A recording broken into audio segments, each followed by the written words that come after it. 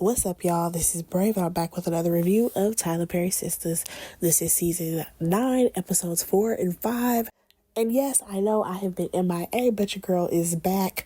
And let's go ahead and talk about it because I just feel like we are on an emotional roller coaster with some characters, while there are other people around that I'm trying to figure out why are they still here, okay?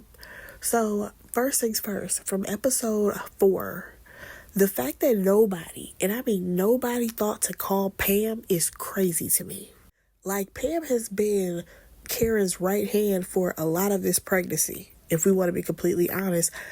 And when I say this, like, we have seen her be with Karen way more than Andy, even though Andy's supposed to be the best friend. So I'm just not understanding why nobody thought to call her and tell her what Karen's situation was. Because she's at Karen's apartment. She done decked it all out, put up all the strollers, put up all the everything. And she's excited to see the 2 babies. And unfortunately, she had to learn that, no, sweetheart, there's only one baby that made it. Like, we literally saw Danny come in there and be like, oh my gosh, Pam, like, you got all this stuff. You have double of everything. Why do you have double of everything? And it's like, because none of y'all decided to tell her. That's why. And then for us to then see all the other ladies and everybody else pile into this small apartment. And again, nobody was trying to tell her what happened. I'm just like, y'all dragging it, okay? Y'all know what really pissed me off in this scene? No. Not only was it that nobody was saying anything to let Pam know that Forever didn't make it, it was the fact that Andy had a whole new hairstyle. Y'all, Andy had a whole new hairdo. So, bitch, you had time to go get your hair done. And you clearly did not go to Karen's salon. And I'm just trying to make sense of that, okay? I am really trying to make sense of how Andy came up with a whole new hairstyle. Like, what was that? Okay?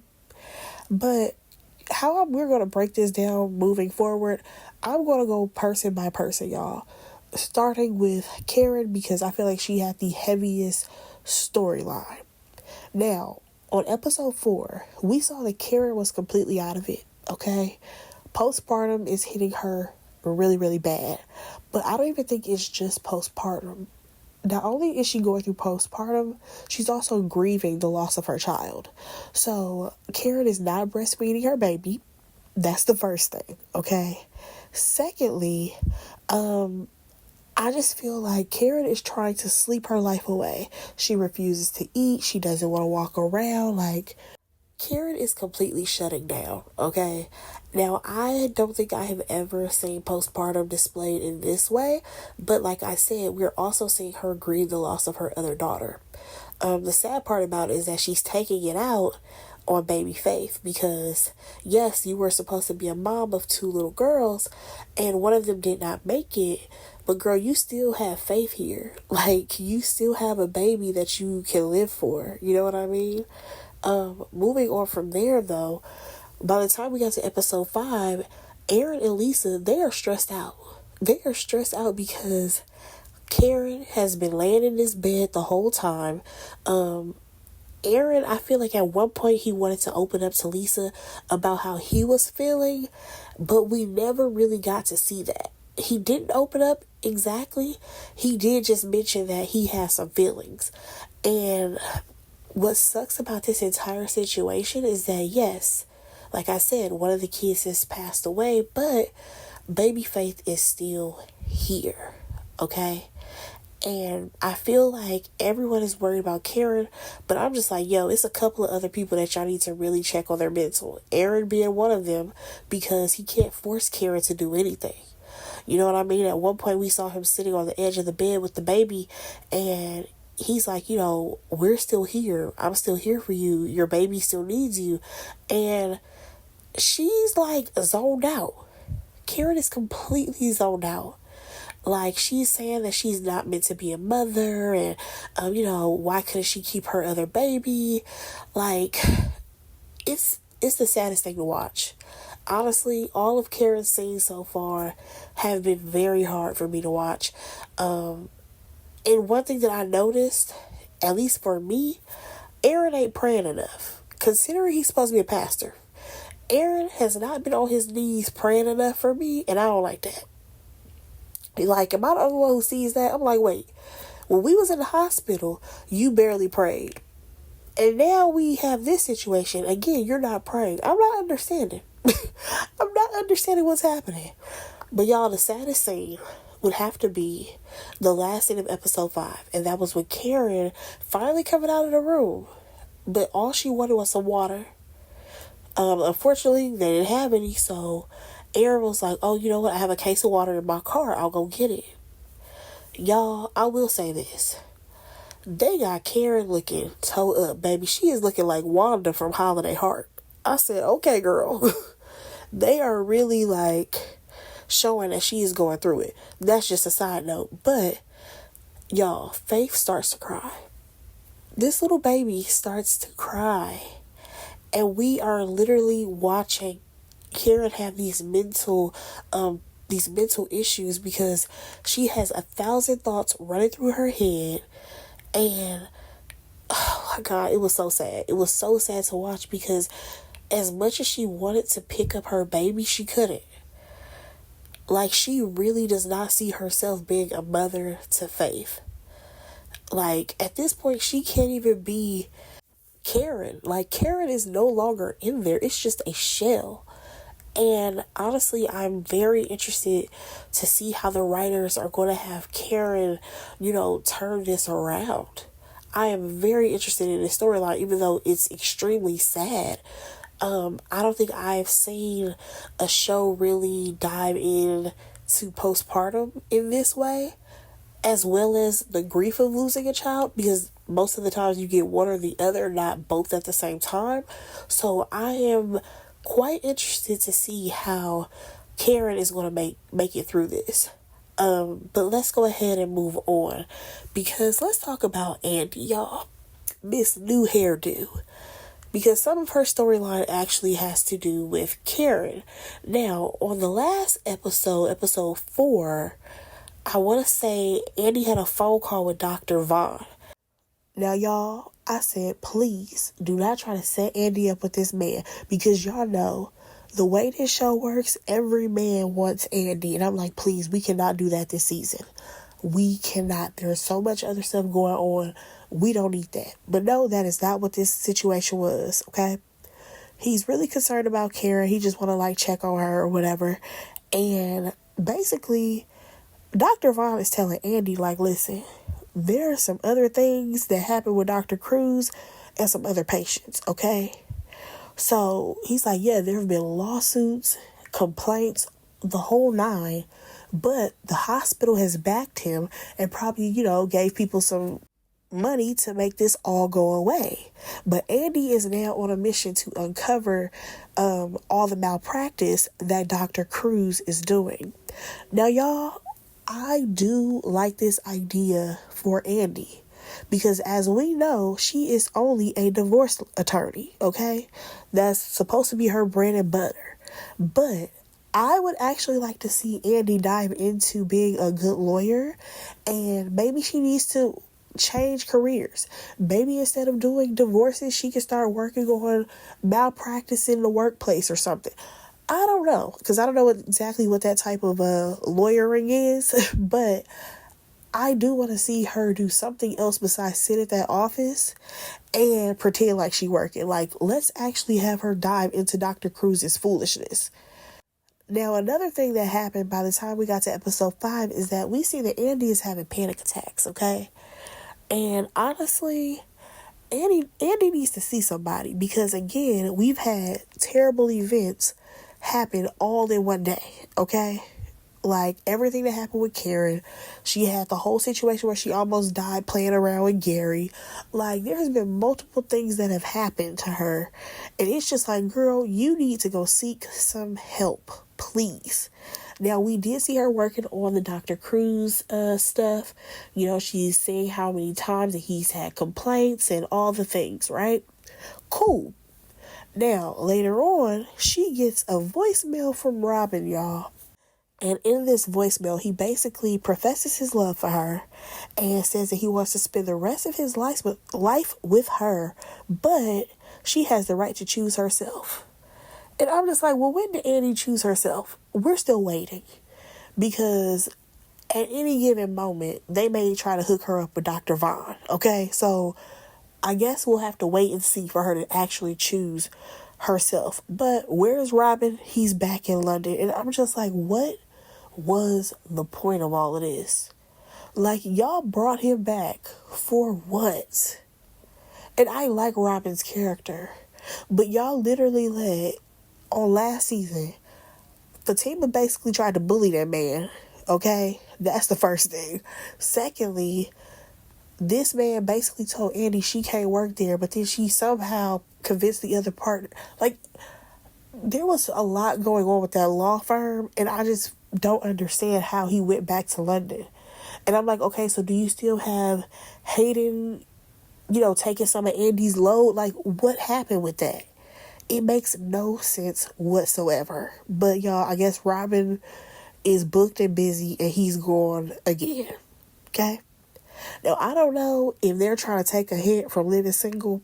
And y'all know how Khadijah was with Scooter and they kept doing a whole back and forth thing because he would pop in for like 1 or 2 episodes per season. They better not try to do that with Robin, okay? Either she gonna be with him or she ain't. We don't have time for it, okay?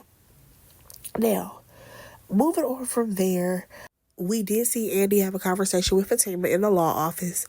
And basically she said that she's going to go full stream ahead to take on this whole Dr. Cruz malpractice situation. And I'm like, all right, cool. Let's see how this goes. Now, of course, Andy also mentioned the voicemail that she got from Robin. And then she's like, oh, he's moving on. But he was just such a great guy. Like, he was so good to me. And I'm like, was he? He was so good to me, yet you thought that he was the one who was setting you up? Like, make it make sense. If we want to be honest, Robin was too good for her. And Andy has a lot of work to do for herself, okay? Now, we're going to go ahead and move on because Marie Willis, okay, y'all, she is back and she has sent somebody to the office to talk to Andy. However, did they talk to Andy? No. They actually talked to Fatima, okay? So let's go ahead and talk about Fatima's storyline. Like I said, Marie Willis has sent somebody to meet up with Andy, but of course, with Fatima being her assistant, they're going to meet with her first, okay? So she goes over to the front desk and she meets this guy named Kendrick, and he is a rookie basketball player. So they take a meeting, right? And first of all, he was low-key trying to get at Fatima, but she was not interested, okay? That was the first part.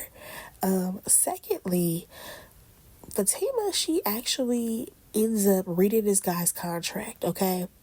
And of course, he has a bad contract, right? She's like, yeah, they would own the rights to your image, but at the same time, if you did anything that they didn't like, they could always cut ties with you. You wouldn't actually get the amount of money that you're owed, and like all the things, right? She's just breaking it down for him. So now he feels like, oh yeah, I need to go ahead and bring you on for like my legal team. And she's like, hold on now, I'm only a paralegal. I can't be brought on as like your lawyer or anything. It would have to be Miss Barnes, right? Now, one thing that I will say about Fatima is that she is going to play her role. And what I mean by that is a lot of times when it comes to business, I feel like, yes, there's always the person who's like the top dog, right?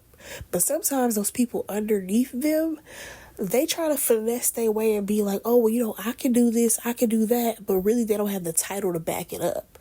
But Fatima is actually doing this the right way. She knows that she's not a lawyer yet, so she has to stay in a paralegal's lane, okay? And as we continue with this conversation about, the legal representation, I just started to think, and I'm just like, wait, y'all, would this sound crazy or not? Could y'all imagine if Sistas did like a time jump and Fatima has passed the bar and her and Andy, they now have their own practice where Fatima is handling like the sports and entertainment division, and like Andy is not doing divorces, she's doing like other stuff. I can see it. I can see that. But like, I just need Sistas to step it up. And considering how this show is set up, we are not going to get a good time jump like that. But never mind. Well, no, they've done a time jump before, but I don't think they would jump that far. But nonetheless, at least we got to at least get this girl to pass the bar, okay? Now, y'all, back to the story at hand. Kendrick, he wants to work with him, period. Okay? Here's the thing, though. Why did Hayden walk into that room? Why did Hayden come up in that room trying to act all buddy-buddy with Kendrick Waters? And it was like, dude, back up. Please. You need to go ahead. Stop acting like a thirsty fan. You two over this. So, at one point, while he's doing all of this fangirling that he's doing, Marie walks in and she's like, where is Miss Barnes? Why are you here, Fatima? And she's like, oh, she's busy with something. Andy ain't busy with nothing. Okay? Andy ain't never busy. But we gonna let Fatima play it. But, like I said, Kendrick, he likes Fatima at this point. So he's like, no, I want her on my team or whatever. He wants to tell other players about Fatima. And of course, she's still saying, oh, Miss Barnes, it's about Miss Barnes. But I'm just like, yeah, it is. But at the same time, this again got me thinking, like, could y'all imagine if Andy and Fatima fell out because Fatima was actually a better lawyer? Like, once she passed the bar and they realized that she's like the better lawyer than Andy, like that would be a storyline, but I doubt that that's gonna happen. Nonetheless, besides that going on, Fatima is always constantly worried about Zach, because at this point Zach is going through it. We have seen Zach not eat. He's not sleeping well. Like, he's really just moping around the house, right? So the one good thing that at least I saw, I think in episode 4, was the fact that Aaron went to go see Zach. And he was like, yeah, Pam had all the extra baby stuff, around the house. And I just kind of gathered it all. And I'm going to save it in my garage for you and Fatima, because at this point, everybody knows that Fatima's having a baby. And Zach appreciates it. And I will say, seeing Aaron and Zach together, I love those scenes, because we have seen them bicker and go back and forth so much over the years. Well, for us, it's been over the years, but I guess according to the show, it's been, a couple of days? Nonetheless, I do like seeing them be supportive of each other, okay? Now, Zach also got another visitor, and that was Danny. Again, I appreciated this scene because I'm like, yo, is anybody going to check on Zach? Because he lost a baby as well. You know what I mean? And of course, it's Danny. So Danny, she goes to check on Zach, and she basically tells him, like, listen, you can't keep blaming yourself, because that's what he's doing. He's blaming himself for Karen losing a baby. And she's like, listen, you can't keep blaming yourself. At the end of the day, you're still here. You still have a lot to live for. Fatima, she's about to have a baby. Like, there's a lot going on. So you got to get it together, okay? And y'all, I really did enjoy that scene, because I'm missing Daniela and Zachary Taylor, okay? I really miss him at the airport. So seeing him here, I was like, okay, this reminds me of their friendship from before. Okay, I love that she came to support him. Moving on to Daniela. Daniela. I'm not understanding her story, y'all. I'm not understanding why we're doing this with her. And the reason why I'm saying this is because Tony, her man, he's still at the job. He's still walking and talking at this job. And I'm just like, wait a second.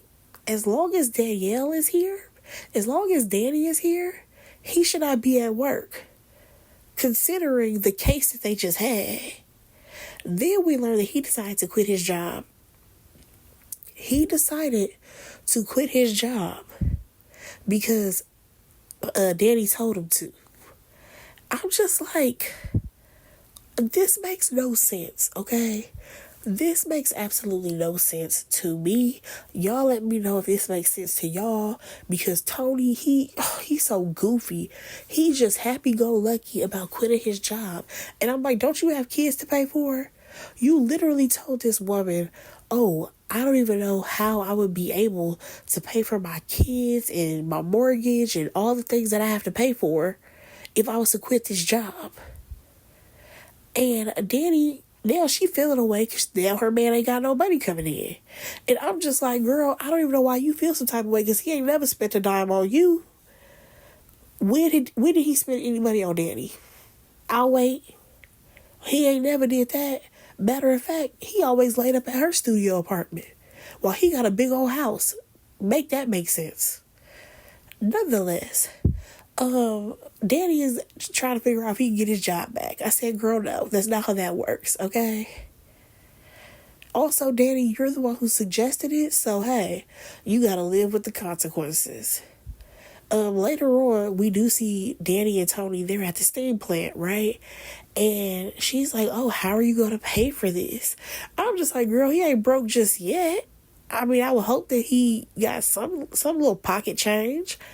And now she's very concerned that he may go broke.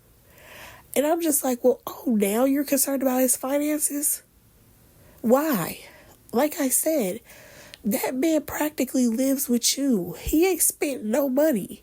He don't pay your rent. Why are we concerned at this point? Like, he's telling her not to worry about anything. And I just feel like Danny is checked out. Am I the only one who feels like Danny is checked out in this relationship? And it's like, girl, we're holding on to it for what? Like, every time you and this man have talked, y'all have argued. Y'all have talked about stuff where it seems like y'all need to break up. What are we holding on to? It makes absolutely no sense. So later on, we saw Danny. She was at work. She calls Karen, leave her a voicemail to check on her. And then we hear some man yelling in the airport. She magically has a cousin named Rock, okay? And this man is fresh out of jail. He heard that she got some money now. And of course, he wants some of it. I think she ended up giving him like $20 and sent him on his way. I'm just like, okay, now what purpose is he gonna serve on the show? Cause like when he popped up, I was like, why are you giving Dwayne Martin? Just give it Goof Troop. No, thank you. Moving on from there, we're gonna talk about this last sister, and we're gonna wrap this on up. So, Sabrina. Y'all, now we see her have a conversation with Maurice, right? And she's telling him how, she has her embryos and they're all boys. And she's all kind of excited about that because now she knows. But y'all, I really want to know, when does she plan on implanting those embryos? I really want to know. But nonetheless, why is Rich popping up at her job?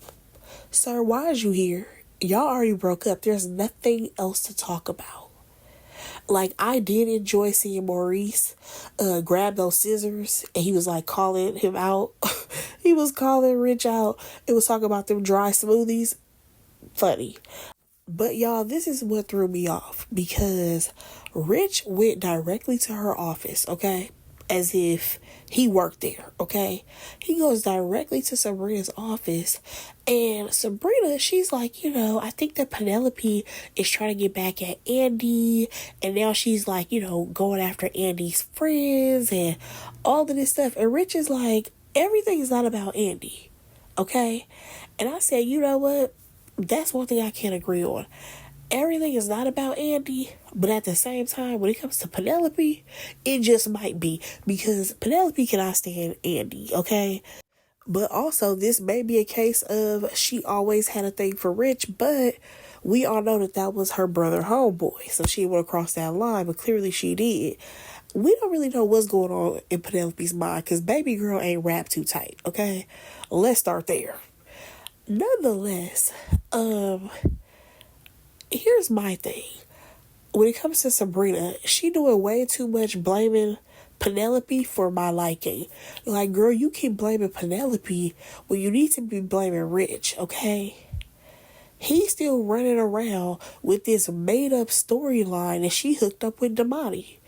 Like, this girl has told him multiple times nothing ever happened. Like, yeah, they hung out, but nothing happened. She said this multiple times. And he keeps trying to use this whole, "no, you hooked up with Damani," as an excuse for his behavior. Yeah, Rich, you're a nutcase. I mean, like, you're trying to make this excuse work, but it's not. So then she ends up telling him to get out of her office. And he's like, "well, we don't go together no more, so I can do whatever I want." Sir, you're at the bank. Y'all, where's security at? Where is security? Because he should be removed right now. Especially with how loud Sabrina is talking right now. Where's security? Then Penelope, she shows up at the bank. I'm like, what is happening right now? Because, girl, why is you here? I don't understand this whole Rich, Sabrina, and Penelope storyline. We need to wrap this up quickly because I'm over it at this point. Like, none of it makes sense. But then when we got to episode 5, again, Sabrina is telling Rich to get out of her office. Then Penelope, she comes in saying she needs to explain. Girl, there is nothing at all for you to be explaining. Because remember all that big barking that you was doing outside of the little smoothie shop? Where you was like, "come on, Rich." It was nothing. Me and Rich, we were just doing things that adults do and all of that crap. Girl, that was your explanation. We don't need to hear nothing else. Like, then she goes on to be like, we're just friends. Penelope, go away from us with this. Sabrina ends up kicking both of them out, right? And I'm just like, listen, at this rate, I do not want to see Penelope. I don't want to see Rich. And really, I don't want to see Tony anymore. Get those people off our screen. Please. Because the storylines are tired. Oh yeah, don't bring back Jordan either. But I think he in jail. So, not interested in that. Don't even bring back Gary. Okay? We on episode 5. Ain't seen him since episode 1, baby. Let that be the end of Gary as well. We gotta shake some stuff up. Okay? I really feel like we need to shake some things up this season of Sistas. And if they do it right, we can get rid of all these unnecessary characters. Okay? But y'all, let me know what y'all thought about this episode of Sistas. Go ahead and like, comment, and subscribe to my channel. And I will talk to y'all in my next review. Bye, guys.